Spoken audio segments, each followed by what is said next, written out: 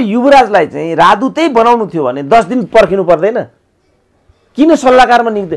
एक दिन पनि उनीहरूको खास मान्छेले चाहिँ पदभन्दा बाहिर बस्नु हुँदैन? हो, यसलाई मैले टिप्पणीको विषय बनाएको। घटिया, यिनीहरूको जति घटिया त मैले नेताहरूको व्यवहार मात्रै मैले देखेको छु। नाङ्गा भइसके तै पनि हामीले लुगै लागेको छु भनेर उनीहरू ठान्छन्। दिदिया बन्दुक होगिया हलदार एउटा हलो जोत्दै गरेको लठुवा राजदूत भएर चलाउन सक्छ भने जाबोध हुन्छ कि मलाई यो देशको कस्तो देशको यो होला भनेर मैले कहिले कल्पना गरेको थिएन कि। नेपाली सरकारको नियुक्तिको इतिहासमा यो धेरै नै निन्दनीय निर्णय गरे यिनीहरूले। त कुनै शक्तिशाली तत्त्वले काम गरेको भन्ने कुरा त प्रष्टै देखिन्छ। युवराजलाई त्यहाँ लानुपर्ने फ्याक्टर मात्रै विदेशी हो, तर यो एमसीसी भन्नेको जग त प्रचण्डले हालेको हो। एमसीसी हुन्छ, त्यसमा तपाईँ डिबेट नगरे हुन्छ। र मलाई लाग्छ राजदूत भन्न लायकको व्यक्ति बहुदल कालमा केपीओले फटाफट म प्रधानमन्त्री हुँ, सारा हुँ भन्दै भङ्की भङ नियुक्त गरिरहेछन्। के भन्छन् त त्यसो भने राजनारायण बिडारी? युवराज कतिवटाको छ, उनको यो नियुक्ति 8औं हो। 15 दिन पहिला चाहिँ सल्लाहकारमा नियुक्त गरिएको छ, विशेष आर्थिक सल्लाहकार मन्त्री सर। 15 दिन अगाडि 18 दिन अगाडि उनलाई चाहिँ पदबाट मन्त्री पद, त्योभन्दा त्यो 6 महिनावाला जुन 2 वर्षको पदावधि पनि सिद्धिएर 6 महिनावाला पनि खाएर, नग्नता होइन त्यो हो। यसलाई चाहिँ मैले विकृत भनेको। नम्बर 1 यो समझ, एउटालाई उफ्री पाथी पाफ्री किन? कुनै शक्तिशाली मुलुकले, चाइनाले, इन्डियाले, अमेरिकाले सुरेन्द्र केसीलाई राजदूत बनाउन पठाउनु भन्यो भने म पर्सि नै राजदूत भइहाल्छु। अहिले निलम्बरलाई तानेर यहाँ ल्याउँछन् र सुरेन्द्र केसीलाई पठाइदिन्छन्। न्याकेट यिनीहरूलाई केही मतलब छैन क्या। यिनमा के त्यस्तो खुबी छ?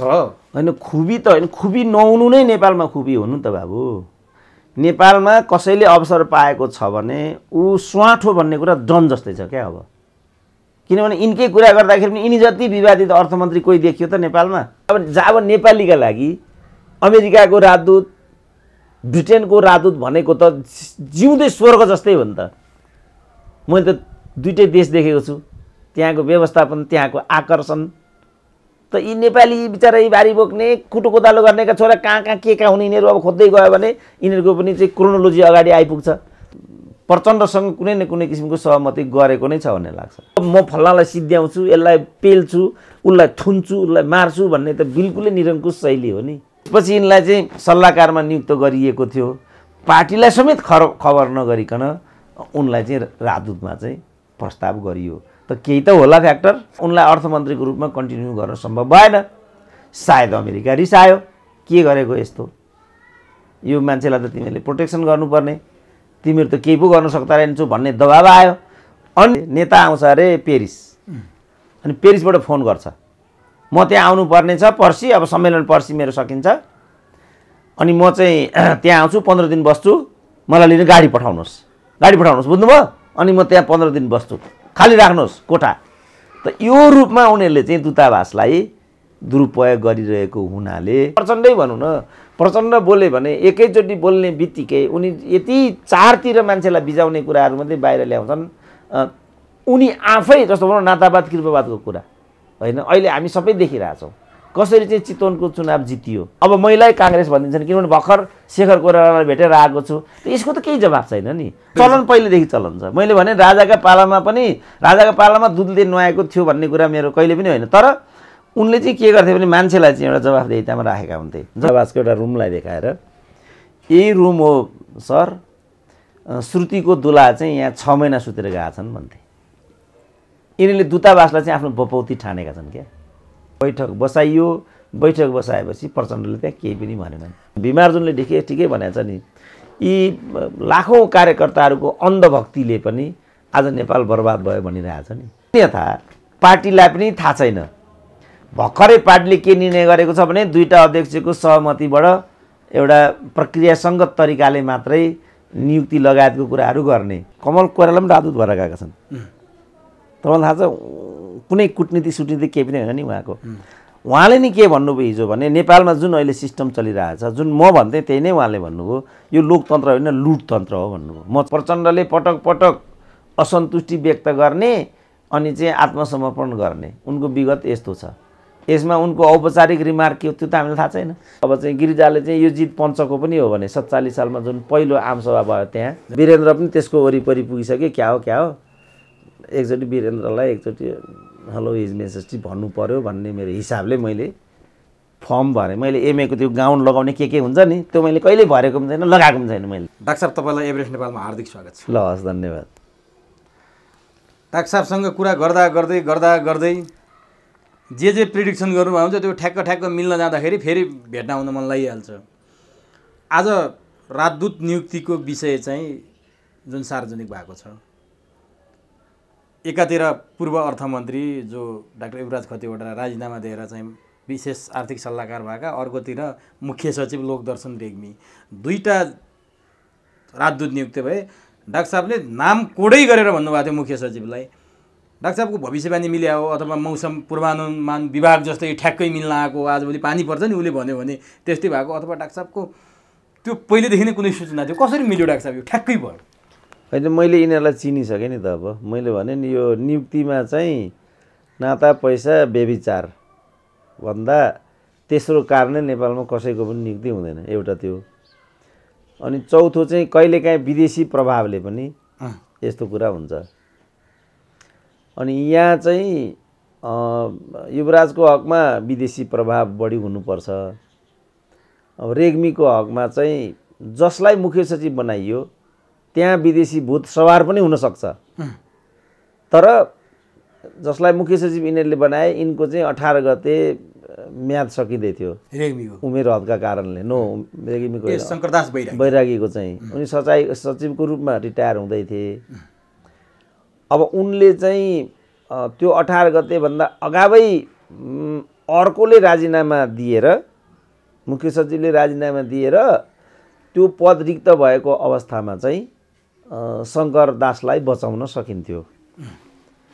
अब उनलाई पनि मौकामा चौका, यिनलाई त राजदूत बनाएर अमेरिकामा पठाउन चाहेको त पोरै हो लोकदर्शनलाई राजदूत बनाएर उता लखेट्ने। त्योभन्दा पहिला पनि निकाल्न, किनभने उनी सिधै आर्जुको ग्याङका भन्ने छ। अब यता प्रचण्डहरूको पार्टीभित्रको कलहले गर्दाखेरि शेरबहादुर र केपी ओलीको बिचमा पनि तम्तमाइदो नातेदारी जस्तो, आदान प्रदान जस्तो त्यहाँ भइरहेको थियो। त्यो कुरामा पनि लोकदर्शनले बीच बचाउकै भूमिका खेलेको सबै होला।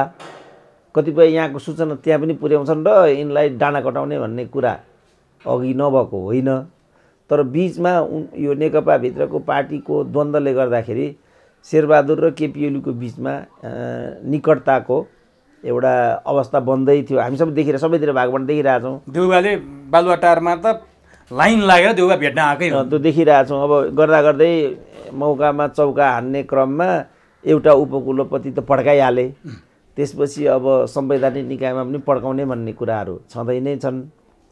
यो सबै कुराले गर्दाखेरि यी घटनाहरू भइराखेका छन्।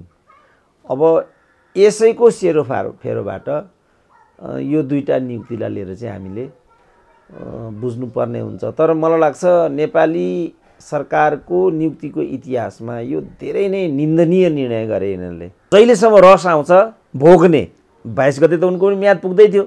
अनि उनले के गरे भने यिनीहरूलाई गाह्रो के पर्यो भने 18 गते भित्रमा राजीनामा नदिएको खण्डमा बैरागीको चाहिँ फेरि टर्मिनेसन हुने भयो। बैरागीबाट पनि यिनीहरूले केही लाभ पाएको होइन? बैरागी अघि मैले भने नि, अघि बैरागीको मैले अघि क्यारेक्टरिस्टिक्स बताएँ नि, 3-4 जो क्यारेक्टर मैले नेपालमा हुनको लागि चाहिने कुरा बताएँ नि, नाता पैसा व्यभिचार मैले भने नि। नम्बर 4 मा चाहिँ विदेशी फ्याक्टर पनि आबी छ क्या बैरागीप्रति। होइन, विदेशी फ्याक्टर पनि एउटा सिद्धान्त हुनको लागि, जस्तो मलाई चाहिँ कुनै शक्तिशाली मुलुकले, चाइनाले, इन्डियाले, अमेरिकाले सुरेन्द्र केसीलाई राजदूत बनाएर पठाउनु भन्यो भने म पर्सि नै राजदूत भइहाल्छु। अहिले निलम्बरलाई तानेर यहाँ ल्याउँछन् र सुरेन्द्र केसीलाई पठाइदिन्छन्। न्याकेट यिनीहरूलाई केही मतलब छैन क्या। मेरो त्यो भएन भने अघि माथिका 3टा मसँग हुनु पऱ्यो, कि नाता हुनु पऱ्यो, कि पैसा हुनु पऱ्यो, कि व्यभिचार हुनु पऱ्यो। जस्तो अब अस्ट्रेलियामा प्रचण्डको भतिजो भन्ने छ, इजरायलमा केपी ओलीको साली भन्ने छ, जापानमा शेरबहादुर देउवाको सासू भन्ने, होइन न्याकेट छैन? केही बाँकी छ त कुरा? यो त एकदम न्याकेटै छ नि त, होइन? अब कोही पनि कतिको सबैको त हामीलाई थाहा हुँदैन। जस्तो मैले आज मात्रै थाहा पाएँ, तपाईँलाई थाहा थियो कि दीप कुमार उपाध्याय भन्ने बीपी कोइरालाको साल हो अरे।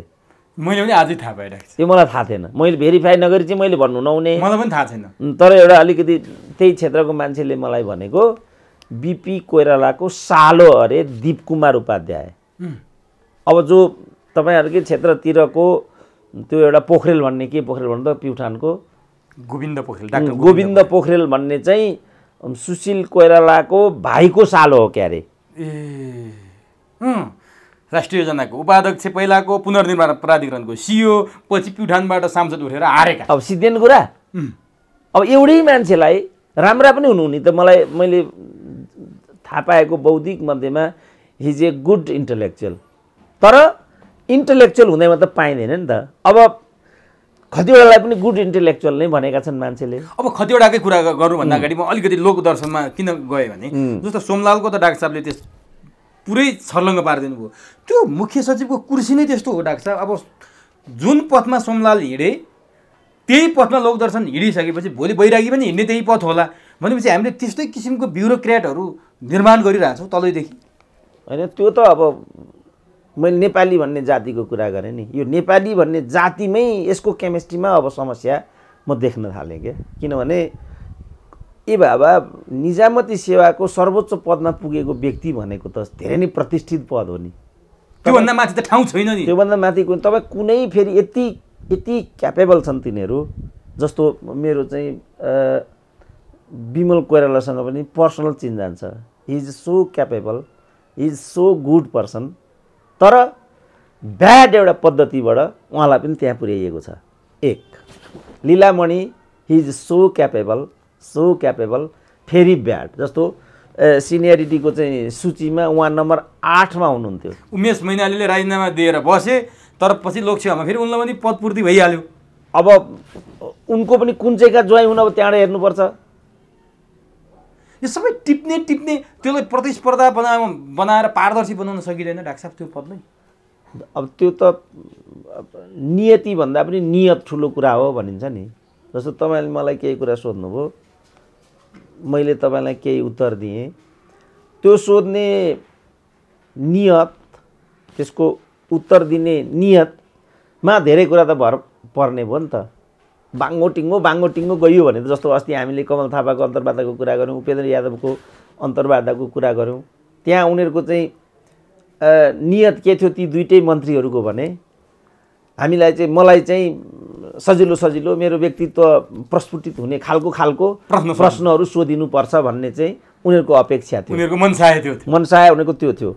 पत्रकारको अब के थियो, अलिकति मलाई भाइरल हुँ अथवा म चाहिँ किन तिमीहरूको म प्रायोजित होइन, किन एउटा मेरो पत्रकारिताको धर्मले सोध्न पाउने प्रश्नहरू मैले किन नसोध्ने भन्ने बा उनीहरूसँग थियो। उनीहरूको कुरा उनीहरूसँग भयो, तर त्यो कुरा त तालमेल मिलेन, विस्फोट भयो नि त त्यहाँ त।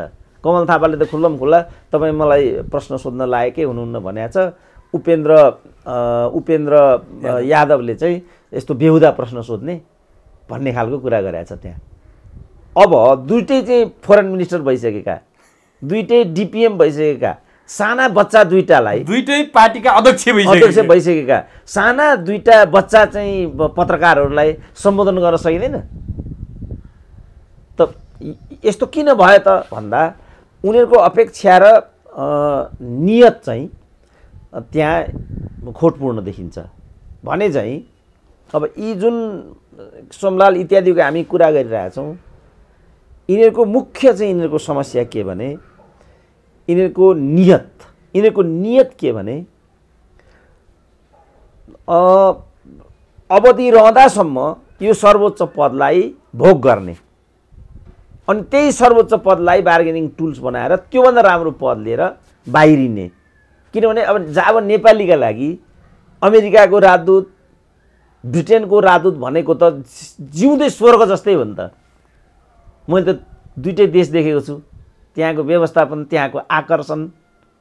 त यी नेपाली बिचारा बारी बोक्ने कुटो कोदालो गर्नेका छोरा कहाँ के हुने यिनीहरू अब खोज्दै गयो भने यिनीहरूको पनि चाहिँ क्रोनोलोजी अगाडि आइपुग्छ। त ती मानिसहरूका लागि त यो चिज त स्वर्ग जस्तो भयो। जस्तो एकजना के मुरारी उपाध्याय यस्तै के नाम गरेका थिए, सायद तिनी अमेरिकाकै थाई प्रतिनिधि नै हो क्यारे युएनको। तिनले चाहिँ त्यहीँ बसेर त्यति बेला यो राजाको शासनको विरुद्धमा क्याम्पेन गरेका थिए। राजाको शासनको विरुद्धमा क्याम्पेन गरेको कुरा चाहिँ गणतन्त्रलाई साथ दिएको रूपमा बुझियो। अनि तिनलाई चाहिँ सायद त्यतैबाट यही योग्यतालाई चाहिँ विषय बनाएर सायद यिनी युकेको राजदूत भएर गए। युकेको राजदूत भएर गइसकेपछि त्यहाँ पनि टर्मिनेसनको बेला त फेरि आयो।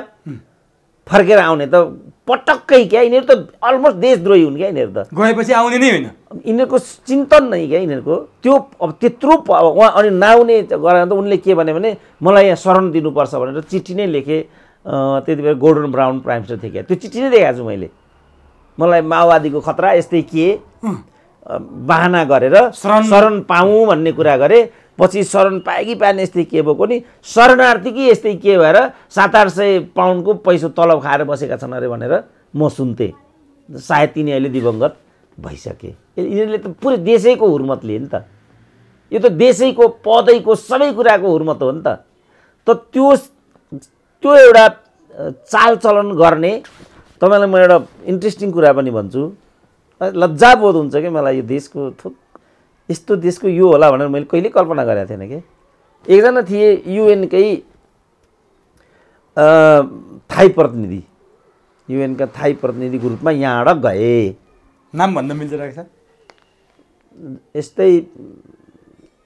यस्तै कुनै कि जय आचार्य भन्ने छ क्या जयराज होइन जयराज त ठुलै भयो उनी त फर्केर आए थाई प्रतिनिधि हुन् त्यही पदमा गएका मान्छे हुन् ज्ञानचन्द्र आचार्य हो ज्ञानचन्द्र आचार्य त्यही हो ज्ञान आचार्य हुन् सायद ज्ञानचन्द्रै होला नाम तिनको किनभने यस्तो तल्लो तहको मान्छेको नाम पनि कण्ठ गर्नु घिनलाग्दो कुरा जस्तो लाग्छ क्या मलाई राष्ट्रको एउटा झन्डा हल्लाएर हिँडेको मान्छेले त राष्ट्रको गरिमा त्यो झन्डाको पौरखको त मर्यादा राखिदिनुपर्छ नि त उनले के गरेका थिए यिनले के गरे भनेदेखि त्यो पदमा हुँदाहुँदै युएनको उपमहासचिव पदमा चाहिँ कम्पिटिसन गरिदिए यिनै हुन् ल ज्ञानचन्द्र नै हुन् जस्तो लाग्यो मलाई ज्ञानचन्द्र कम्पिटिसन गरिदिए अब झन्डा राष्ट्रको झन्डा हल्लाएर झाबो एउटा युएनको चाहिँ उपमहासचिव पदमा प्रतिस्पर्धा गर पहिला पैसा हालेर $15,000 आउँछ होला मासिक होइन अब $15,000 मासिक आउँदो हो पैसा त आयो होला यस्तो गरिब देशका मान्छेलाई $15,000 भन्दा ठुलै भयो होला मैले माने तर पदको गरिमा त निर्वाह भएन नि त अनि तिनले चाहिँ किन ट्यालेन्ट थिए मैले पनि उनको एउटा स्पिच सुनेको थिएँ यु वाज सो ट्यालेन्ट कि I was influenced in fact अघि मैले भने नि मलाई हाम्रो विमल कोइरालालाई पनि माथिल्लो लाग्छ मलाई यो लीलामणि पनि माथिल्लो लाग्छ जति पनि सचिवहरू मैले चिनेको छु मैले त्यस्तो निम्सरो सचिव मैले नेपाल सरकारको अहिलेसम्म देखेको छैन उनीहरूको राइटिङ क्यापेसिटी तर व्यवहार चाहिँ यति घटिया यिनीहरूको जति घटिया त मैले नेताहरूको व्यवहार मात्रै मैले देखेको छु त यो आज हाम्रो लागि चुनौतीको विषय बन्यो यसले हाम्रो देशको गरिमालाई गतिलाई पनि एउटा जनताको अपेक्षा र आकाङ्क्षालाई पनि यसले किनभने अब जुन यी भइरागी सैरागी जो अहिले भइराखेका छन् यिनको पनि तपाईँ हेर्नु होला तेस्रो वर्षमा जहाँ एउटा मुलुकमा त्यही चाइनाको राजदूत खाली हुन्छ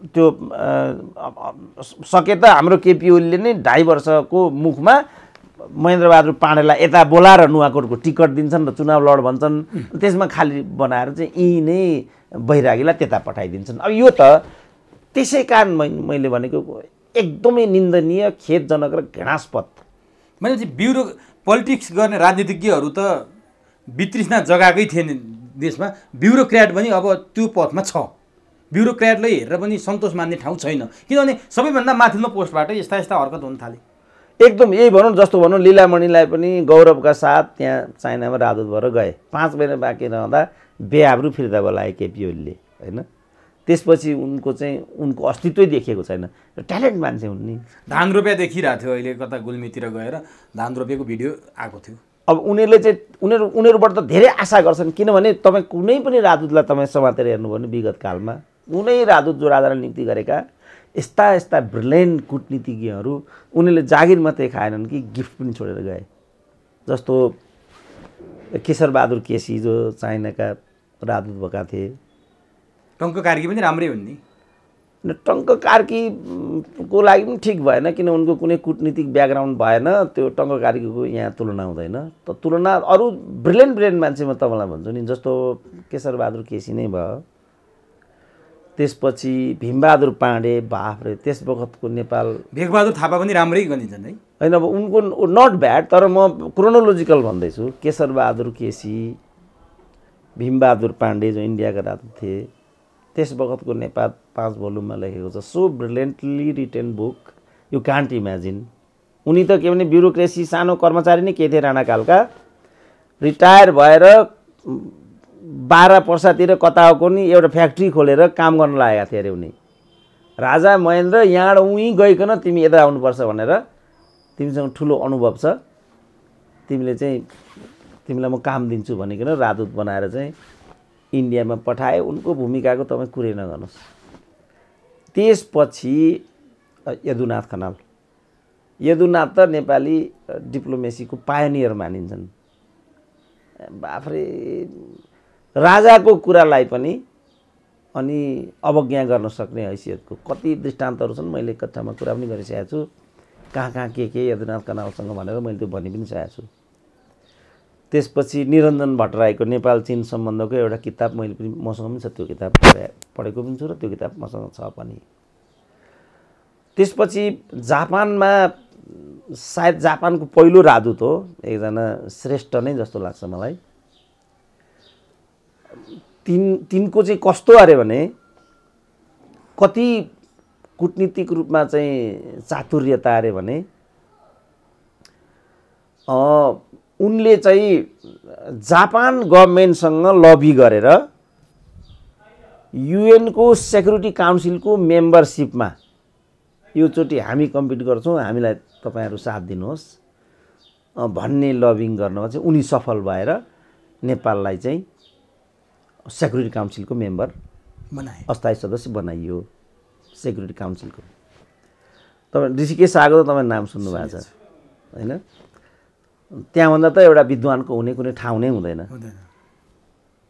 अब उनी जस्ता थिए राजनीतिक रूपमा त्यो अर्कै कुरा हो, तर चाहिँ ब्रिलियन्ट डिप्लोमेटमा उनी मानिन्थे।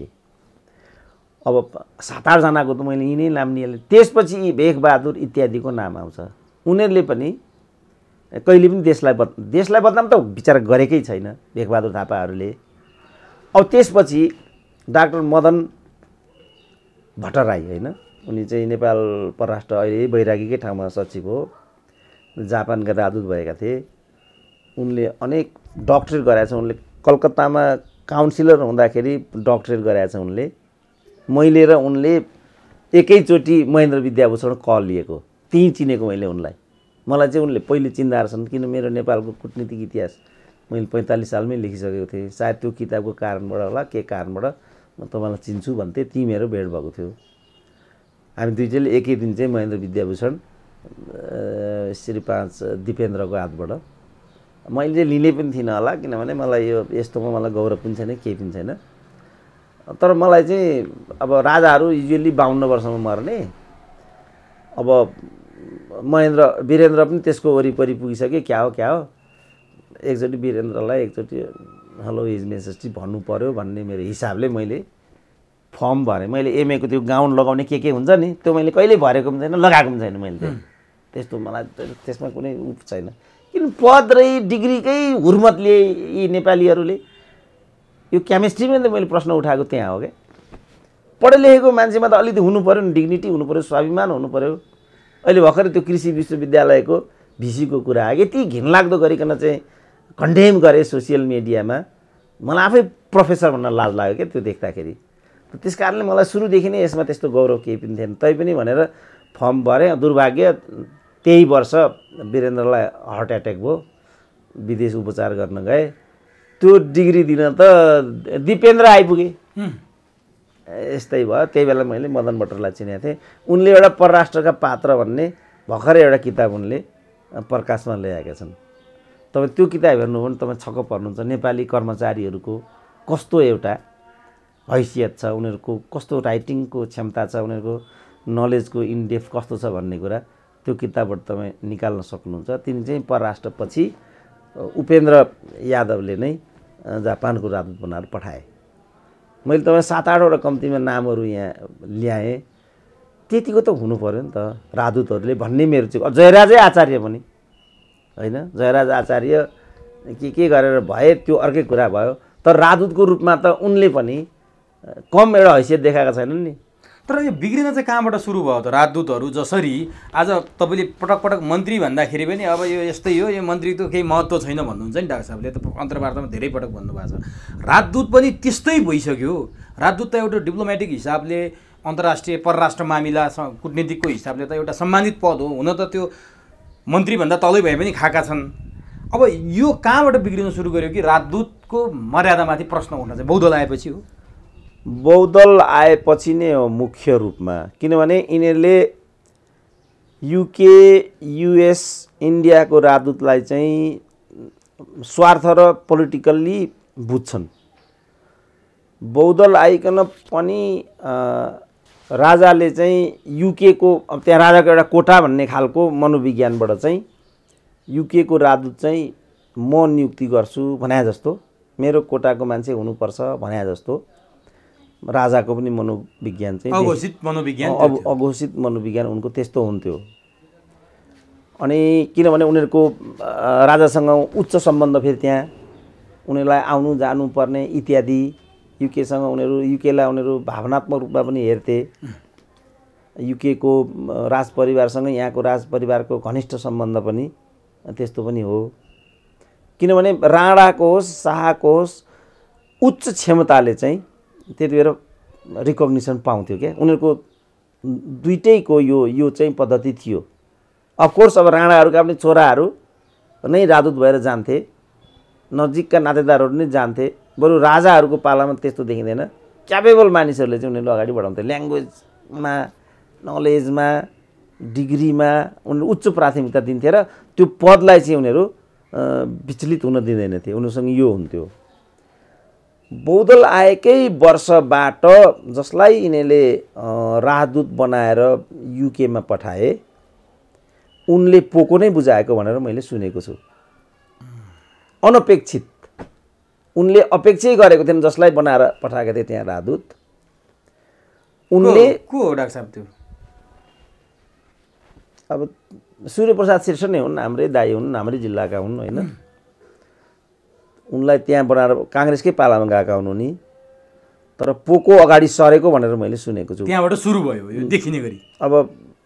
अब बुढाले त्यस्तो होला भनेर अपेक्षै गरेका थिएनन्, किनभने डेमोक्रेटिक लिडर सायद गणेश मानको पनि त्यसमा हात थियो। तर पैसाको चलखेल सुरु भयो, त्यसपछि पैसा महत्त्वपूर्ण फ्याक्टर बन्दै गयो, पदमा विचलन आउँदै गयो। र मलाई लाग्छ राजदूत भन्न लायकको व्यक्ति बहुदल कालमा एकजना पनि भएन कि क्या हो? त्यस्तो अवस्था सिर्जना भयो। मैले कुनै जस्तो अमेरिकामा भएका राजदूतहरू, टङ्ग कार्कीको तपाईँले नाम लिनुभयो अघि,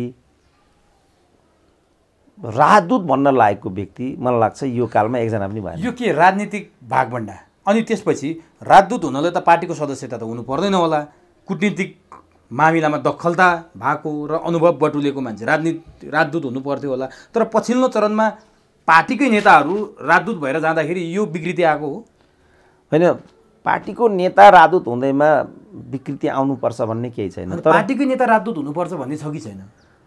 पटक्कै छैन नि। अनि विकृति त्यहाँबाट आयो नि त। होइन, यस्तो हो, पार्टीको नेता योग्य हुँदैन भन्ने त छैन नि, पार्टीको विद्वान योग्य हुँदैन भन्ने त छैन नि। त राजनीति गर्ने फोरम छ, उसले गर्ने ठाउँ छ, अरू एक्सपर्टहरूलाई त्यहाँ पठाउँदाखेरि पो उसको पनि मूल्याङ्कन भयो र त्यो एक्सपर्टले पनि काम गर्ने भयो। राजनीति गर्ने मान्छेको त राजनीति गर्ने थलो फोरम त छँदैछ नि भन्न खोजेको होइन। एक्सपर्टिजमलाई त मानिउन नि त हामीले अघि, त्यसैले मैले भने राइट म्यान राइट प्लेस हुनुपर्छ, रिवार्ड एन्ड पनिसमेन्ट हुनुपर्छ, न त त्यो डेमोक्रेसी हुँदैन, त्यो लुटतन्त्र हुन्छ म भन्थेँ नि। अब भर्खरै कमल कोइरालाको एउटा अन्तर्वार्ता आयो, कमल कोइराला पनि राजदूत भएर गएका छन्।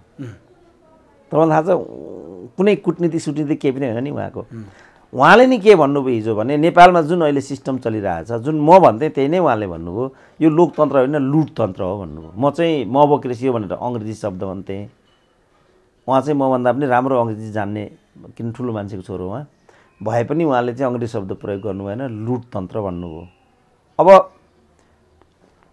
उहाँहरूले चाहिँ के विचार गर्नुभयो भने हाम्रै बपौती हो यो सिस्टम हामीले नै ल्याएको हो र यो सिस्टममा हामी हाम्रो हुँदो नै गर्छौँ भन्ने चाहिँ संस्कृतिलाई उहाँले अभ्यासमा ल्याउनु भयो। भर्खरै एकजनाले त्यो रामनारायण बिडारीले चाहिँ यो कुलमानको प्रसङ्गमा बोलेको, मैसँग भने तपाईँसँगै हो, यो त अब हाम्रो 5 वर्षको म्यान्डेट हो, हामी जसलाई चाहे त्यो भनेपछि एकदम लमा ग्रेजुएट गरेको मान्छे यो हदको भएपछि तपाईँ 8 क्लास पढेको नेताबाट के आशा गर्नुहुन्छ? आशा गर्ने केही पनि ठाउँ छैन। उहाँले त अलि विनयशील भएर ठिक छ तपाईँहरूको हामी कुरा सुनिरहेका छौँ, कुलमानको पर्फर्मेन्स पनि हेरिराखेका छौँ, हामी के उपयुक्त हुन्छ त्यसमा नै हुन्छौँ भनिदिए जति राम्रो सुनिन्थ्यो। हाम्रो 5 वर्षको म्यान्डेट र हामीलाई जे गर्नु त्यो भन्दा त त्यति राम्रो सुनिएन नि। त्यसो भने अहिले केपी ओलीले फटाफट म प्रधानमन्त्री हुँ, सारा हुँ भन्दै भङ्की भङ नियुक्त गरिरहेछन्। के भन्छन् त त्यसो भने राजनारायण बिहारी? यो त अल फाल्तु कुरा हो नि त। यो यस्तो खालको यिनीहरूको चाहिँ प्रवृत्ति छ। अब त्यो भयो। मेरो भनाइ चाहिँ के हो भनेदेखि त्यहाँभित्र पनि काबिल नेताको रूपमा, बौद्धिकको रूपमा त्यहाँभित्र उनीहरू हाम्रो असन्तुष्टि चाहिँ कहाँ हो भनेदेखि त्यहाँभित्रको योग्य मान्छेलाई पनि उनीहरूले चाहिँ प्रवर्धन गर्नुको सट्टा तेरो मेरोको पद्धतिलाई प्रवर्धन गरे। उदाहरणको लागि यो जुन अहिले कृषिमा यिनीहरूले भिसी बनाए, नाङ्गो भाग बन्ना छ त्यहाँ होइन। एउटा ओली गुटबाट, एउटा प्रचण्ड गुटबाट, एउटा देउबा गुटबाट नाङ्गो भाग बनान्छ। एउटा यो नम्बर 2 उनीहरूले के गरे त भन्दाखेरि अब दुईजनाको बारेमा कुरा गर्दै जाउँ ल। पहिलो जुन कृषिको कुरा मैले गरेँ, यिनी चाहिँ गरिबी निवारणमा रहेछन्, युवा स्वरोजगार कोषमा, त्यो बेला युवा स्वरोजगारमा रहेछन्, उपाध्यक्ष होइन। त्यसपछि कर्णाली प्रदेशको राष्ट्रिय एकदम बदनामी रूपमा उनी यहाँबाट रिटायर भए। त्यसपछि उनी कर्णालीमा उपाध्यक्ष भएर गए। कर्णालीमा उपाध्यक्ष हुँदाहुँदै हुँदाहुँदै चाहिँ उनले चाहिँ लुम्बिनीको भिसीमा ल्याए। अब यही कुरा कसको छ भन्दाखेरि युवराज खतिवडाको छ। उनको यो नियुक्ति 8औं हो। 15 दिन पहिला चाहिँ सल्लाहकारमा नियुक्त गरिएको छ, विशेष आर्थिक सल्लाहकार मन्त्री सर। 15 दिन अगाडि 18 दिन अगाडि उनलाई चाहिँ पदबाट मन्त्री पद, त्योभन्दा त्यो 6 महिनावाला जुन 2 वर्षको पदावधि पनि सिद्धिएर 6 महिनावाला पनि खाएर, नग्नता होइन त्यो हो। यसलाई चाहिँ मैले विकृत भनेको। नम्बर 1 यो समझ, एउटालाई उफ्री पाथी पाफ्री किन, जस्तो सम्धिको कुरा हामीले गएको हप्ता गऱ्यौँ होइन। ती सम्धिको पनि 7औं नियुक्ति रहेछ। अब युवराजलाई चाहिँ राजदूतै बनाउनु थियो भने 10 दिन पर्खिनु पर्दैन? किन सल्लाहकारमा नियुक्ति? एक दिन पनि उनीहरूको खास मान्छेले चाहिँ पदभन्दा बाहिर बस्नु हुँदैन हो। यसलाई मैले टिप्पणीको विषय बनाएको। 1 2 राजनीतिक रूपमा चाहिँ राजनीतिक नेताहरू जहाँ अन्त पनि त्यस्तो चलन हुन्छ, इन्डियामा पनि त्यस्तो चलन हुन्छ, केही कुरा छैन। तर राजनीतिक रूपमा त्यहाँ पठाउने चाहिँ कस्तो भयो भनेदेखि राजनीतिबाट कुनै पात्रलाई पन्छाउनु पर्यो भने त्यसलाई किनारा लाउने दुराशयबाट चाहिँ राजदूत नियुक्त गरिन्छ। जस्तो उदाहरणको लागि यिनीहरूले चाहिँ शैलजा आचार्यलाई चाहिँ समाप्त बनाए। त्यही भएर उनी चाहिँ लास्टमा चाहिँ त्यसैको कारणले पनि प्राण त्याग्नु पर्ने अवस्थामा त्यो डिप्रेसन, उनी डिप्रेसनमै यति दुर्व्यवहार गरे गिरिजाले। उनी डिप्रेसन, किन माथिल्लो तहकी नेत्री थिइन् उनी, त्याग पनि त्यस्तै थियो होइन, डिग्री पनि त्यस्तै थियो उनको, राजनीतिक एउटा परिचय पनि त्यस्तै थियो उनको। त्यसको बावजुद आफ्नी छोरीको लागि गिरिजाले उनलाई चाहिँ देखिसकेनन्। नसकेपछि चाहिँ उनी डिप्रेसनमा गइन्। उनी डिप्रेसनमा गएपछि उनलाई ट्रिटमेन्ट गर्न भनेर दिल्लीको राजदूत यिनीहरूले प्रस्ताव गरे। त्यही अवस्थामा यिनी दिवंगत सुनवाई समितिमै उनको चाहिँ हुर्मत लियो नि फेरि तपाईँको भाषामा भन्दा सुनवाई समिति छ नि त फेरि यहाँको। अब टङ्क कार्कीको कुरा पनि त्यही हो। अब राजनीतिक रूपमा टङ्क कार्कीलाई काहीँ न काहीँ रिकगनाइज गर्नुपर्ने, उनको जो राजनीतिक एउटा पछिल्लो विगत भयो त्यो विगतले गर्दा उनी राजनीतिक रूपमा पछि परे। अनि उनलाई चाहिँ यहाँबाट राजनीतिबाट किनारा लाउने दुराशयले राजदूत बनाएर चाइनामा पठाइयो होइन। अब उनी त एउटा मेधावी विद्यार्थी हुन्, इकोनोमिक्सका विद्यार्थी हुन्। उनीलाई त प्लानिङमै राखेर काम गराए पनि हुने, भोलिको अर्थमन्त्रीको रूपमा नै विकास गरे पनि हुने। यो नगरेर यो गर्ने प्रवृत्तिलाई चाहिँ मैले पार्टीभित्रको प्रवृत्तिलाई मैले अलिकति अगाडि, जस्तो राम कार्कीलाई राजदूत बनाउने यिनले चाहिँ इन्डिया पठाए, त्यो चाहिँ एग्री हुने आएन। पम्फा भुसाललाई पनि सायद फ्रान्सको कुरा गरेका थिए, त्यहाँ पनि एग्रिमेन्ट नआउने, यस्तै के भयो। त यो पम्फा भुसाल नेकपाभित्रको एउटा गुटकी भइन् त्यो बेला माओकै पालामा, राम कार्की अर्को गुटका भए, टङ्क कार्कीको मैले यो, अनि यिनका थोत्रा पुराना मान्छे कुणा कर्कटहरू, यिनीहरूको राजनीतिक प्रतिद्वन्दीलाई समाप्त पार्ने अड्डा हो त दूतावास भनेको। मैले ल्याएको विषय चाहिँ यो हो। त त त्यहाँभित्र किन पार्टीमा 101 ब्रिलियन्ट मान्छे जतिको मैले नाम लिए ती जम्मै ब्रिलियन्ट छन् पोलिटिकल। अब युवराज खतिवडाको हकमा चाहिँ यिनलाई पनि के कुना कन्डरामा फाल्नलाई होइन, उनको त राजनीति नै होइन नि त। उनी त विद्यार्थी मण्डलबाट प्रमोट भएका हुन्। अब कसरी यिनीहरूले आफ्नो भन्न थाले त्यो मलाई थाहा भएन। तर यी त राजाको पालामा पनि राजाका प्रिय थिए भन्ने हामी सुन्न पाउँछौँ। उति बेला पनि पटक पटक लाभको पद खाएका भन्ने सुनिन्छ। त्यसपछि तपाईँले अघि गनिहाल्नुभयो यिनी राष्ट्र बैङ्कको गभर्नर पनि भए यिनै भए, राष्ट्रिय योजना आयोगको उपाध्यक्ष पनि यिनै भए, अर्थमन्त्री पनि यिनै भए। हुँदा त्यो 6 महिना खाइसकेर राजदूत पनि यिनै हुनुपर्ने, आर्थिक सल्लाहकार पनि यिनै हुनुपर्ने। यिनमा के त्यस्तो खुबी छ? होइन, खुबी त होइन, खुबी नहुनु नै नेपालमा खुबी हो नि त बाबु। नेपालमा कसैले अवसर पाएको छ भने ऊ स्वाँठो भन्ने कुरा डन जस्तै छ क्या। अब किनभने यिनकै कुरा गर्दाखेरि पनि यिनी जति विवादित अर्थमन्त्री कोही देखियो त नेपालमा? त्यस्तो मान्छेले त बाई गर्नु पर्थ्यो। त्यही त भन्छु, 3-4 कारणले मान्छेको नेपालमा नियुक्ति हुन्छ। मैले भने यहीबाट निष्कर्ष निकालेको त हो नि। यस्तो हुने अनि किन पटक पटक नियुक्ति हुने त? अब यही भनौँ न। अब यिनीहरूले जस्तो भनौँ न, अब शङ्कर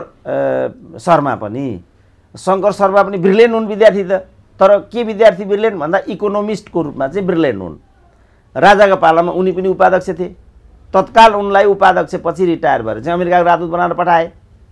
शङ्करको पनि कुरा यही हो। अब यिनको पनि अब राजाका पालामा चाहिँ ऊ थिए, योजनाका सदस्य थिए। यिनीहरूले उपाध्यक्ष बनाए, गभर्नरको पद खाली भयो। उपाध्यक्ष हुँदाहुँदै फेरि गभर्नरको पदमा चाहिँ सरुवा गरे। त्यसपछि फेरि बोक्दै यहाँसम्म ल्याइ पुर्याए। त यो त आश्चर्यको घटना भयो नि त। तर एउटा कुरा छ नि डाक्टर, हिजो अब गणतन्त्र लोकतन्त्रमा जसले योगदान गरे, जसले टेवा पुर्याए, ती टेवा पुर्याएका मान्छेहरू आज कुनामा बसेर रुँदैछन्। वास्तवमा जो हिजो युद्धमा गए, जसले परिवर्तनको खातिर ज्यान गुमाए, जसको रगत पसिना यसमा बगेको छ, उनीहरू आज कुनै पद लाभ नपाएर कुनाकुन्द्रामा बसेर रुने अवस्था छ। डाक्टर खतिवडा न त्यो 62-63को आन्दोलनमा कहीँ झुल्किए, न 46 सालको परिवर्तनमा कहीँ झुल्किए, न राजनीतिमा कहीँ योगदान छ। पटक पटक चाहिँ पाउने त्यो उनको बायोडाटा हुन्छ नि, त्यो बायोडाटामा के छ त्यस्तो गुण भनेर जान्न मन होइन। मैले क्लियर भने नि त, 3टा भन्दा 4 कारणले नेपालमा मान्छेको नियुक्ति हुँदैन। त्यसको मुख्य कारण चाहिँ उनी नै देखियो त। यहाँ त हरेक ठाउँमा देख्दाखेरि तपाईँले भनेका 3-4वटा जुन त्यहाँ विश्लेषण दिनुभएको छ, विशेषण, त्यो विशेषण त उनीमा लागू भयो सबै। होइन, जम्मैमै यही छ नि त। तपाईँले अघि भन्नुभयो लोकतन्त्र गणतन्त्र के भन्नुभयो नि, तपाईँ कोही पनि हेर्नु, अहिलेको क्याबिनेटै तपाईँ हेर्नुहोस् न। त्यहाँ युवराज गेवाली 3 छन्, त्यहाँ प्रदीप गेवाली होइन, युवराज गेवालीले भनेको प्रदीपका त हजुरबा छन् त त्यहाँ। युवराज गेवाली भन्ने युवराज गेवाली त्यही छन्। दीननाथ शर्मा त्यही छन्। अमिक शेरचन कहाँ छन् थाहा छैन। अमिक शेरचन पाइसक्यो, भर्खर उनलाई प्रदेशमा पठाए, उनले पाइसक्यो। त्यो पनि उनको डिमोसन हो नि त। डिमोसनै हो। अमिक शेरचनले प्रदेशको प्रमुख भएर जान लज्जास्पद होइन। किन मैले भने यिनीहरूलाई कर्नरमा पुर्यायो भने तपाईँको अघि कर्नर पनि एउटा भयो, तर यिनीहरूलाई पद बिना हुँदैन क्या। जस्तो वामदेवकै कुरा गर्नु न, यही वामदेवको यो बिचमा के भयो ल हेर्नु त। संगठन विभाग प्रमुख उनीलाई हुनुपर्ने, उपाध्यक्ष पार्टीको उपाध्यक्ष उनीलाई, किसान महासङ्घको अध्यक्ष त उनीलाई हुनुपर्ने, अप्पर हाउसमा उनीलाई उनीलाई पर्ने, मन्त्री उनीलाई हुनुपर्ने। अब भोलि फेरि चाहिँ निर्वाचन हुन्छ, टिकट उनीले पहिला पाउनु पर्ने होला। यो कुनै लोकतन्त्र हो यो? त्यसैले कमल कोइरालाले यो लुटतन्त्र भनेको त्यही कारण हो। अब डाक्टर तपाईँले नि लुटतन्त्र भन्नुहुन्छ। अब तपाईँ यहाँ हुनुहुन्छ नि, तपाईँ त 33 वर्ष युनिभर्सिटीमा सेवा गरेर निस्केको एक्सपर्टिजको हिसाबले तपाईँहरू एक्सपर्ट हो। मैले तपाईँलाई उदाहरण मात्रै भने, फेरि तपाईँ हुनुपर्छ भने तपाईँ जस्ता थुप्रै मान्छेहरू हुनुहुन्छ, त्यहाँ यिनीहरूको आँखा किन पर्दैन?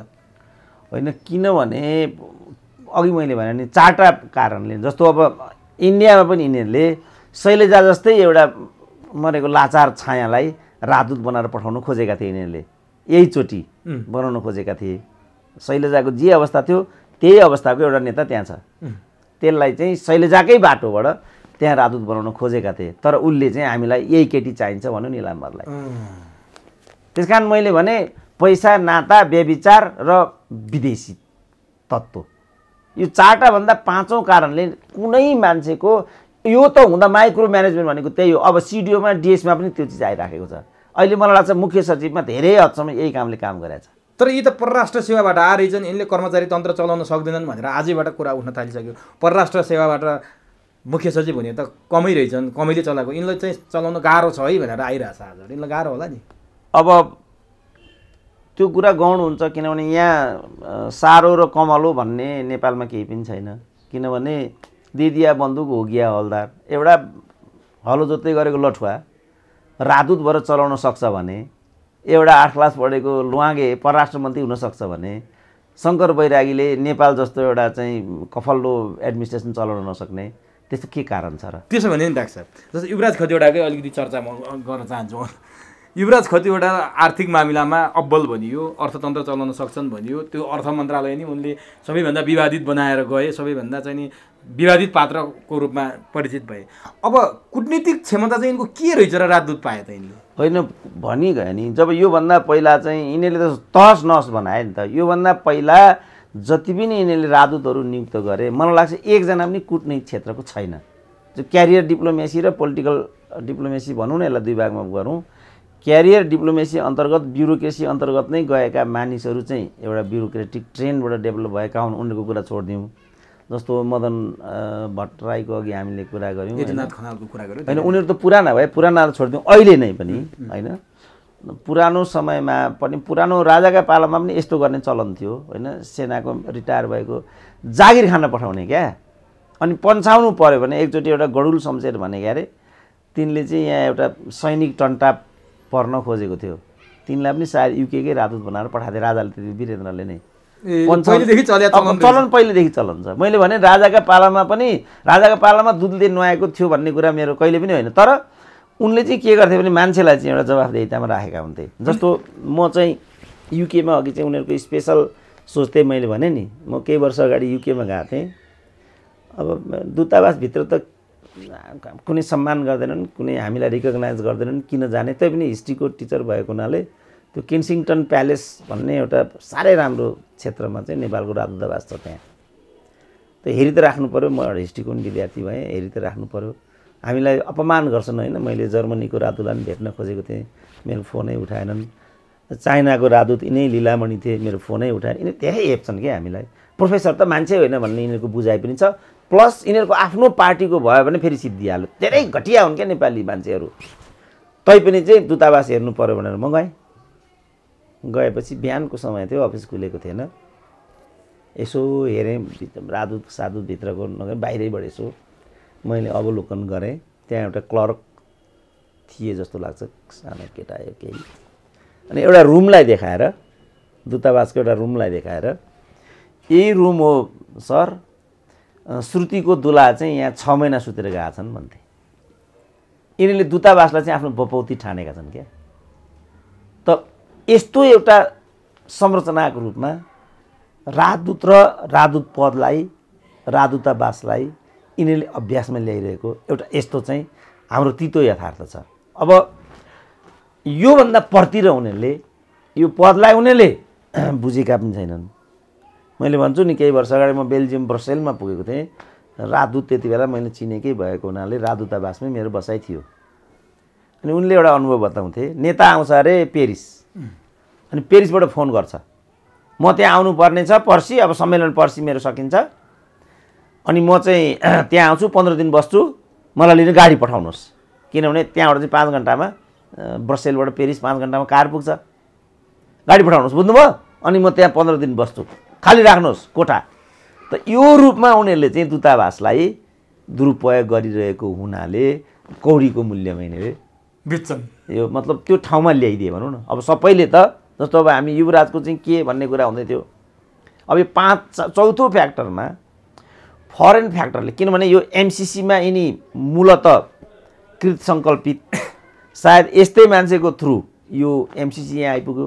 दुर्भाग्य यो पार्टीभित्रको कलहले गर्दा उनलाई अर्थमन्त्रीको रूपमा कन्टिन्यू गर्न सम्भव भएन। सायद अमेरिका रिसायो, के गरेको यस्तो, यो मान्छेलाई त तिमीहरूले प्रोटेक्सन गर्नुपर्ने, तिमीहरू त केही पो गर्न सक्दा रहेछौ भन्ने दबाब आयो। अन्यथा पार्टीलाई पनि थाहा छैन भर्खरै पार्टीले के निर्णय गरेको छ भने 2टा अध्यक्षको सहमतिबाट एउटा प्रक्रियासङ्गत तरिकाले मात्रै नियुक्ति लगायतको कुराहरू गर्ने। योभन्दा अगाडि 3टा राजदूतहरू प्रधानमन्त्रीले नियुक्त गरेकोमा यो पुरानै डिसिजन भएको हुनाले भने अध्यक्षले यसलाई चाहिँ छुट दिएको भनेर हामी सुन्थ्यौँ। त्यसपछि यिनलाई चाहिँ सल्लाहकारमा नियुक्त गरिएको थियो। पार्टीलाई समेत खबर नगरिकन उनलाई चाहिँ राजदूतमा चाहिँ प्रस्ताव गरियो त केही त होला फ्याक्टर। भने प्रचण्डले त असन्तुष्टि जनाइसके, प्रचण्ड असन्तुष्टि भइसकेर कार्यदलले बनाएको सहमति र दुईटा अध्यक्षले गर्ने निर्णय भएको कार्यकारी हो नि त प्रचण्ड त, के ओलीले फेरि प्रचण्डलाई देखाइदिया हुन् अब? अनि त्यो भन्न सकिँदैन। प्रचण्डले पटक पटक असन्तुष्टि व्यक्त गर्ने अनि चाहिँ आत्मसमर्पण गर्ने, उनको विगत यस्तो छ। यसमा उनको औपचारिक रिमार्क के हो त्यो त हामीलाई थाहा छैन। तर ओली साँच्चीकै अडानमा नटिके, के अरे सहमतिमा नटिके हुन्। जे सहमति भएको थियो नि त दुईटाले गर्ने, पार्टीमा छलफल गर्ने, पार्टीले पारित गरेपछि मात्रै सरकारले काम गर्ने भन्ने कुरा भएको थियो, त्यो ओलीले अटेर गरे हुन्। होइन अब के हो यो, हामीलाई पहिला त यसको तथ्य छ। आज समाचारहरूमा त असन्तुष्टि छ्यापछ्याप समाचारको त भर गर्न सकिँदैन नि त। तपाईँलाई चाहिँ के लाग्छ? होइन मलाई चाहिँ प्रचण्डसँग कुनै न कुनै किसिमको सहमति गरेको नै छ भन्ने लाग्छ। किनभने अध्यादेश त हाम्रो आँखा अगाडि छ नि त। पहिला यो उपेन्द्रको पार्टी फुटाउने सम्बन्धमा जुन उनीहरूले अध्यादेश ल्याए, पहिला यिनीहरू विद्या भण्डारीसँग बसे, अध्यादेश अगाडि बढाउने कुरा सहमति गरे। त्योभन्दा पहिला बालोटारमै बसे 2 घन्टा, अनि माथि गए, सहमतिबाट अध्यादेश जारी गर्ने कुरा भयो। पछि अन्य नेताहरूले प्रेसर दिइसकेपछि बैठक बसाउनु पर्ने कुरा आयो, बैठक बसाइयो। बैठक बसाएपछि प्रचण्डले त्यहाँ केही पनि भनेनन्। भनेपछि त्यही खेल यहाँ पनि हुनसक्छ, किनभने यिनीहरूको विगत त यही छ नि त। एकाएक आएको कुरा होइन यो, उनीहरूको बिचमा छलफल भएको। किनभने अब यति त नगरेको हुनुपर्ने, किनभने अब चाहिँ उनलाई अध्यक्षता कार्यकारी दिने भन्ने कुरा, पेरिस डाँडामा बैठक चलेको कुरा, यो तरिकाले काम गर्नुपर्छ भनेको कुरा आज 7 दिन भएको छैन। त्यसैको अन्तरालमा केपी ओली मूर्ख त होइन होला नि, पार्टी पद्धति के हो भन्ने थाहा छैन होला त केपी ओलीलाई।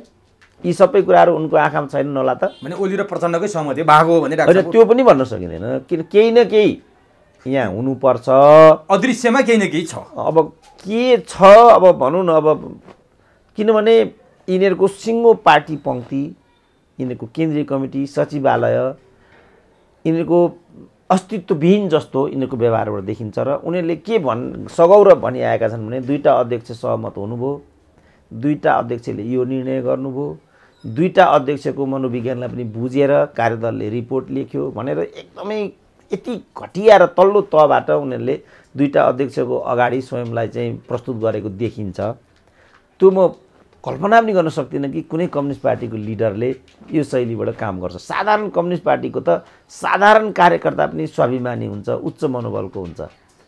अब यी जम्मै पङ्क्तिहरू भीमार्जुनले ठिकै भनेको छ नि, यी लाखौँ कार्यकर्ताहरूको अन्धभक्तिले पनि आज नेपाल बर्बाद भयो भनिरहेछ नि। अब ए बाबा यो के हो त भन्ने जस्तो यही घटनामा भोलि त सचिवालयको बैठक बस्छ, स्थायी समितिको बैठक बस्छ, त्यसले उग्र रूप लिने सम्भावना देख्नुहुन्छ छैन। यिनीहरूको स्वाभिमान सिद्धि, यिनीहरूले आत्मस्वाभिमान नै बेचिसकेको छ। यिनीहरूबाट तपाईँ के आशै नगर्नुहोस्। अब त्यसो भए अन्तिममा डाक्टर साहब, जस्तो युवराज खतिवडाको कुरा अघि एमसिसीसँग डाक्टर साहबले जोड्नु भएको थियो, कतै एमसिसी पारित गर्ने अथवा एमसिसी पारित गर्नलाई अर्थमन्त्री नदोहोऱ्याएकोमा प्रेसरमा परेका ओलीले अमेरिकाकै चाहनामा अमेरिकाको राजदूत बनाएका हुन सक्छन्। त्यो त प्रष्टै छ नि, किनभने अर्को व्यवस्था नहुँदासम्मको लागि भनेर अर्को एकजना मान्छेलाई त्यहाँ राजदूतको रूपमा यिनीहरूले राखिछोडेको थियो।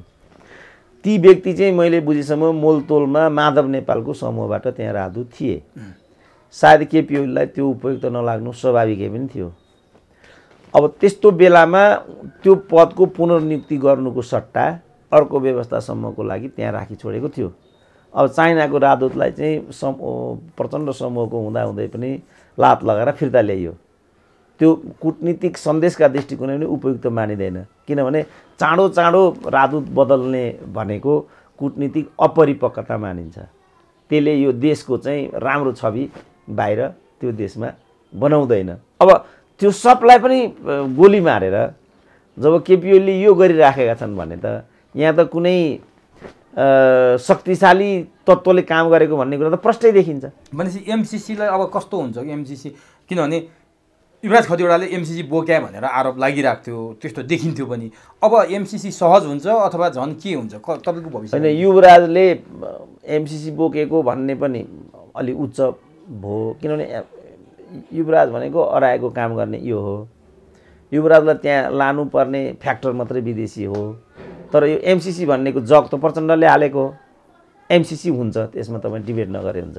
अब अन्तिममा प्रधानमन्त्रीको हिजो एउटा भिडियो सार्वजनिक भएको छ। सूर्य थापाले एक पाखे भनेको कुरा तपाईँ र मैले पनि कुरा गरेका थियौँ। त्यो विषयमा बडो क्रुद्ध देखिनुभयो सञ्चार माध्यमप्रति प्रधानमन्त्री। एउटा आफ्नो प्रेस सल्लाहकारले बोलेको कुरा र विवाद भएको कुरामा प्रधानमन्त्रीले आफैले नियुक्ति गरेको प्रेस सल्लाहकारको विषयलाई ल्याएर त्यसरी बोल्न उपयुक्त हुन्थ्यो? होइन, यो चाहिँ यिनीहरूको शासकीय शैली र अभिव्यक्तिको जुन तरिका छ त्यो जहिले पनि अपरिपक्व र केटौले छ भनेर मैले पहिला पनि भनिआएको छु। तर मैले चाहिँ जस्तो मिडियाको तपाईँ नाम जोडेको र तपाईँ आफै पनि मिडियाको भएको हुनाले चाहिँ तपाईँहरूलाई मैले वार्न गराउन खोजेको कुरा चाहिँ के हो भने वास्तवमा सूर्य थापाले पनि एक पाखे जसरी प्रचार गरियो त्यसरी भनेको छैन। अब यहाँ पनि प्रधानमन्त्रीले त्यो भनेको छैन। प्रधानमन्त्रीले यहाँ के भनेको छ भने अब हामीले चाहिँ विद्रोहमा उत्रिनुपर्छ, किनभने प्रधानमन्त्रीका प्रेस सल्लाहकारले सबै हदहरू पार गरिसके भन्ने हिसाबबाट जो देश विदेशबाट प्रतिक्रिया आयो, मिडियालाई भनेको छैन उनले, देश विदेशबाट जो प्रतिक्रिया आयो त्यो एउटा चाहिँ आफैमा चाहिँ खेदजनक छ भन्ने टर्मबाट चाहिँ प्रधानमन्त्रीले यसको डिफेन्ड गरिराखेको छ होइन। अब हामीले त जे हो त्यो भन्नु पऱ्यो नि त।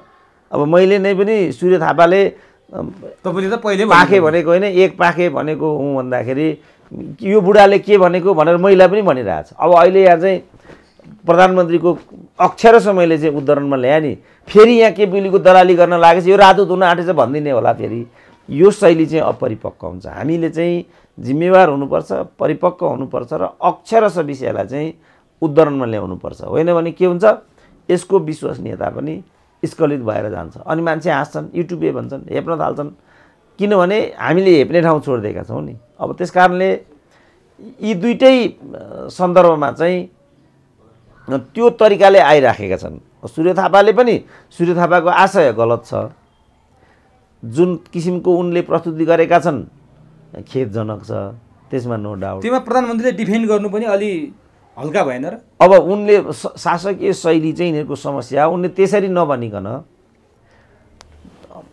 सबै पक्ष संवेदनशील हुनुपर्छ, जिम्मेवार हुनुपर्छ। हाम्रो पक्षबाट पनि कमी कमजोरी भएका छन् भने तिनीहरूलाई चाहिँ सच्याउनुपर्छ। र आम जनसमुदायले पनि जहाँ त्रुटि जे अभिप्रायबाट विषय आएको छ त्यहाँ मात्रै आफूलाई सीमित गर्नुपर्छ। असीमित तरिकाले हामीले चाहिँ आलोचना प्रत्यालोचना गर्ने भने यसले चाहिँ पद्धति बनाउन मद्दत गर्दैन। यो विनयशीलतामा आउनुपर्छ दुइटैले। केपिओली पनि एउटा उदण्ड शैलीबाट हिजैदेखि आइरहेको र त्यही शैली यिनीहरूमा हाबी भएको र त्यस्तै खालका पात्रहरू मात्रै यिनीहरूले छनौट गर्ने। वास्तवमा सल्लाहकार भनेको त आफूभन्दा जान्ने मात्रै सल्लाहकार हुन्छ नि त। जस्तो मनमोहन अधिकारीले चाहिँ ईश्वर पोखरेललाई सल्लाहकार राखेका थिए। हाम्रो नरेन्द्र मोदीले चाहिँ के डोभल भनेको छैन, अजित डोभललाई चाहिँ सुरक्षा सल्लाहकार राखी छोडेको छ र प्रधानमन्त्री सरहको चाहिँ एउटा हैसियत अनि उनले ट्याकल गर्छन् भनिएको छ। त्यहाँ सल्लाह आफ्नो घरको भान्से, आफ्नो फोटो खिच्ने रिपोर्टर अनि प्रधानमन्त्रीको प्रेस सल्लाहकार त्यस्तो हुनसक्छ? यहाँ त यिनीहरूले यही यो गर्नाले के भयो, विगतदेखि नै कस्ता कस्ता क्यारियर ड्यामेज भए त। गिरिजा बाबुले चाहिँ जयप्रकाश आनन्दलाई सल्लाहकार राखे, कसरी ड्यामेज भयो त? त्यसपछि गिरिजा बाबुहरूले पनि कस्ता कस्ता मानिसलाई चाहिँ सहायकको रूपमा राखे, कति तल्लो तहमा आए त उनीहरू। अब हाम्रो यिनीहरूले पनि योभन्दा माधव कुमार नेपालका सल्लाहकार दुधे बालकहरू हेर्नुहोस् त बिचरा। यी सूर्य थापा पहिला झलनाथकै सल्लाहकार थिए प्रेसले। माधव नेपालका सल्लाहकारहरू तपाईँ हेर्नुहोस् न, हेर्नु त ल सल्लाहकार राखेको यिनीहरूले। यही क्रमलाई चाहिँ अनि यिनले झलनाथलाई यो गरे अनि यिनलाई चाहिँ त होइन नि त। त्यहाँ त कमसेकम चाहिँ एउटा छन् नि त, एक से एक चाहिँ वरिय नेताहरू छन्, त्यो उनीहरूको पालो पढाइ लेखाइ भएका चाहिँ त्यहाँ चाहिँ प्रतिभाहरू छन्। यिनीहरूलाई पनि ठिक छ, यिनीहरूलाई पनि, किनभने कम छन् र सूर्य थापाले 2-3टा किताबहरू कति राम्रो लेखेको छ। माधव नेपालका जो हामीले दुधे बालकहरू भने उनीहरूले पनि आफ्नो प्रतिभालाई चाहिँ पुष्टि गर्दै नै ल्याएको स्थिति छ। तर उनीहरूमा चाहिँ परिपक्वता आउन बाँकी भन्ने उनीहरूको अभिव्यक्तिबाट देखिन्छ, उनीहरूको व्यवहारबाट देखिन्छ। हो, यहाँ चाहिँ आलोचना गर्ने ठाउँ छ। यसको मतलब उनीहरूले गर्ने बित्तिकै ठोकिहाल्नुपर्छ भन्ने चाहिँ मैले देख्दा उपयुक्त एउटा पद्धति हुँदैन। हामीले पनि जिम्मेवार भएर अनि जे हो त्यहाँ उभिएर अनि आफ्नो भन्नुपर्ने विषयलाई चाहिँ टेबुलेट गरियो भने श्रोताहरूको लागि पनि त्यो श्रवणीय हुन्छ नि, नत्र भने त श्रोता पनि त मूर्ख त हुँदैन। अब पनि डाक्टर साहब, अन्तिममा गृहमन्त्री रामबहादुर थापा बादल फेरि एकचोटि विवादित बनेका छन् यो बलात्कारको केसलाई लिएर। योभन्दा धेरै त विदेशमा कति हुन्छ हाम्रो त दिनमा 6-7वटा त हो भनेर एउटा गृहमन्त्री जस्तो व्यक्तिले सार्वजनिक रूपमा बोल्नुले झन् बलात्कारीलाई झन् प्रशय मिलेन? यस्तो बोल्ने हो गृहमन्त्रीले? होइन, यिनीहरूको चाहिँ मैले भने नि यिनीहरूको शासकीय शैली र अभिव्यक्तिको तरिका एकदमै घटिया छ, तल्लो तहको छ। त्यस्तरी घटिया र तल्लो तहको अभिव्यक्ति दिनेमा खास गरी यो बलात्कारको प्रकरणमा पहिला पनि यस्तै गरी विवादित रामबहादुर थापा चाहिँ सबैभन्दा माथि छन्। बोल्ने कम बोल्ने तर यस्तो विवादास्पद कुरा बोल्ने। किनभने यो चाहिँ कस्तो हुन्छ भने स्कुलिङको पनि समस्या हुन्छ। कम्युनिस्ट भन्ने प्रवृत्ति र सङ्गठन आइडियोलोजी जहाँबाट आइराखेको हुन्छ त्यसले भिन्न मत, भिन्न विचार, भिन्न संस्कृतिलाई कहिले पनि उच्च स्थानमा, यिनले नै पनि यो पुँजीवादी संस्कृतिको विकृति भनिरहेछ नि त। पहिले त्यो भने त्यसो भने त यो काण्डमा त उनी आफै छन् त। त्यसो भने उनी पुँजीवादी हुन् त। कम्युनिस्ट पार्टीभित्र चाहिँ सांस्कृतिक के अरे सांस्कृतिक के भन्छ कम्युनिस्ट सांस्कृतिक विचलनको आरोप नलागेको उनी आफैलाई उपल्लो तहको कुनै पनि नेता छन्। मैले एकचोटि प्रचण्डहरूकै कार्यक्रम हाम्रो हरिबोल गजुरेलको एउटा किताब विमोचन थियो, मलाई चाहिँ समीक्षकको रूपमा यिनीहरूले बोलाएको थिए। माओवादीको सुरु चरण थियो अनि त्यहाँ चाहिँ पम्फादेखि बादलदेखि अल लिडरहरू त्यहाँ चाहिँ, किनभने प्रचण्ड थिए मुख्य अतिथि, प्रचण्ड मुख्य अतिथि सबैले आउनै पर्यो, त्यहाँ सबै नेताहरू त्यहाँ थिए र मैले त्यहीँ भनेको थिएँ। त्यसपछि उनीहरूले मलाई आफ्नो फोरममा लाएर पनि छोडे। त्यो स्वाभाविकै भन्यो, कम्युनिस्ट भन्यो आफ्नो गुणगान मात्रै गरोस् भन्ने यस्तो खालको चाहन्छ उसले। मैले त गुणगान गाउँदो रहेछ भन्ने बुझेँ, मलाई उनीहरूले छोडिदिइहालेँ। त्यहाँ मैले दुईवटा कुरा भनेको थिएँ, कम्युनिस्ट पार्टीभित्र दुईवटा आरोप नलागेको कुनै पनि नेता छैन। एउटा सांस्कृतिक विचलन, अर्को दरबारिया। यो दुईवटा आरोप नलागेको कुनै पनि कम्युनिस्ट नेता हुँदैन। अब त्यहाँ अब यो भनौँ त्यो त मलाई थाहा पनि थिएन। हरिबोल गजुरेल स्वयं यो आरोप लागिराखेका व्यक्ति रहेछन्। अब पम्पा बहिन आरोपै लागेको छ, बादल भए आरोपै लागिराखेको छ, मोहन विक्रम सिंह आरोपै लागिराखेको छ। अनि को छ आरोप नलागेको त्यहाँ? त्यस कारणले आफू यस्तो हुने अनि यो बलात्कार र इत्यादि चाहिँ पुँजीवादी बपौती हो भनिदियो भने त पाखण्ड भएन? अनि 6-7 जना त मर्नु सामान्य हो, यो त अरू देशमा झन् धेरै मर्छन् भनिदिन्छन्। त्यो त हो पनि नि त। अमेरिकामा त 1 मिनट चाहिँ बत्ती गयो भने 100 चाहिँ अपराध हुन्छ अरे। त्यो त पक्का हो। तर जिम्मेवार निकायमा बसे व्यक्ति हो, त्यो त मैले भनिसकेँ। अभिव्यक्तिको र तरिका र शासकीय शैली चाहिँ यिनीहरूको तल्लो यो चाहिँ अब कसैको प्रचण्डै भनौँ न, प्रचण्ड बोले भने एकैचोटि बोल्ने बित्तिकै उनी यति चारतिर मान्छेलाई बिजाउने कुराहरू मात्रै बाहिर ल्याउँछन्। उनी आफै जस्तो भनौँ नातावाद कृपावादको कुरा होइन, अहिले हामी सबै देखिरहेछौँ कसरी चाहिँ चितवनको चुनाव जितियो। कोही मान्छेको अगाडि पर्दा छ र सब त पर्दा खसिसकेको छ, तर उनीहरू अहिले इम्परर न्यू क्लोथ भने नाङ्गा भइसके तैपनि हामीले लुगै लगाएको छु भनेर उनीहरू ठान्छन्। अब यो त उनीहरूको चाहिँ यसलाई यो जबरजस्ती भन्ने कि अज्ञानता भन्ने कि म चाहिँ उनीहरूको इन्डक्ट्रिनेसनको समस्या भन्छु। जुन सैद्धान्तिकरण कम्युनिस्ट सिद्धान्तले आफूलाई जसरी चाहिँ चिन्छ, अरूलाई जसरी चाहिँ चिन्छ र प्रहार गर्छ, त्यसको झझल्को बादलको बोलीमा पनि आउँछ। त्यसको झझल्टो प्रचण्डको, केपी ओलीहरूको। तर त्यहाँनिर लिबरल लिडरहरू सितिमिति हाम्रो माधव कुमार नेपाल यसरी बोल्दैनन् नि।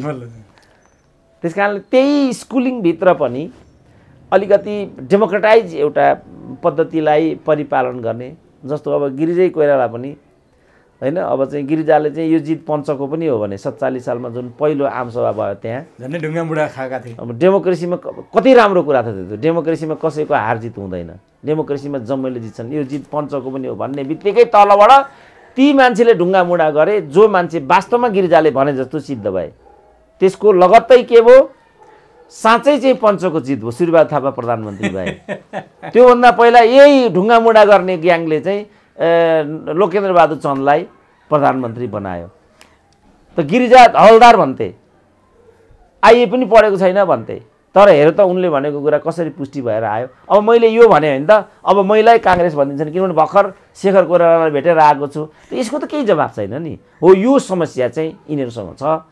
बादलको समस्या पनि यही हो, प्रचण्ड र केपीको समस्या पनि यही हो, सूर्य थापा र अरू दुधे बालकहरूको समस्या पनि यही हो। अब यही कोटरीभित्र चाहिँ हाम्रो भानुभक्त ढकाल भने होइन त अहिले स्वास्थ्य मन्त्री, तिनको कुरा पनि यही हो, गोकुल बाँसकोटाको पनि कुरा यही हो, ईश्वर पोखरेलको कुरा पनि यही हो। अब यसलाई चाहिँ के भन्ने, यसलाई चाहिँ जुगल किशोर मोहम्मद भन्ने कि मोहम्मद किशोर जुगल भन्ने, यो चोइस तपाईँ लिनुहोस्, तर समस्या त्यहीँभित्र छ। हस् डाक्टर समय दिनुभयो, आफ्नो अत्यन्तै महत्त्वपूर्ण भनाइ राखिदिनु भयो, यसको लागि तपाईँलाई हार्दिक धन्यवाद। ल हस्, धन्यवाद।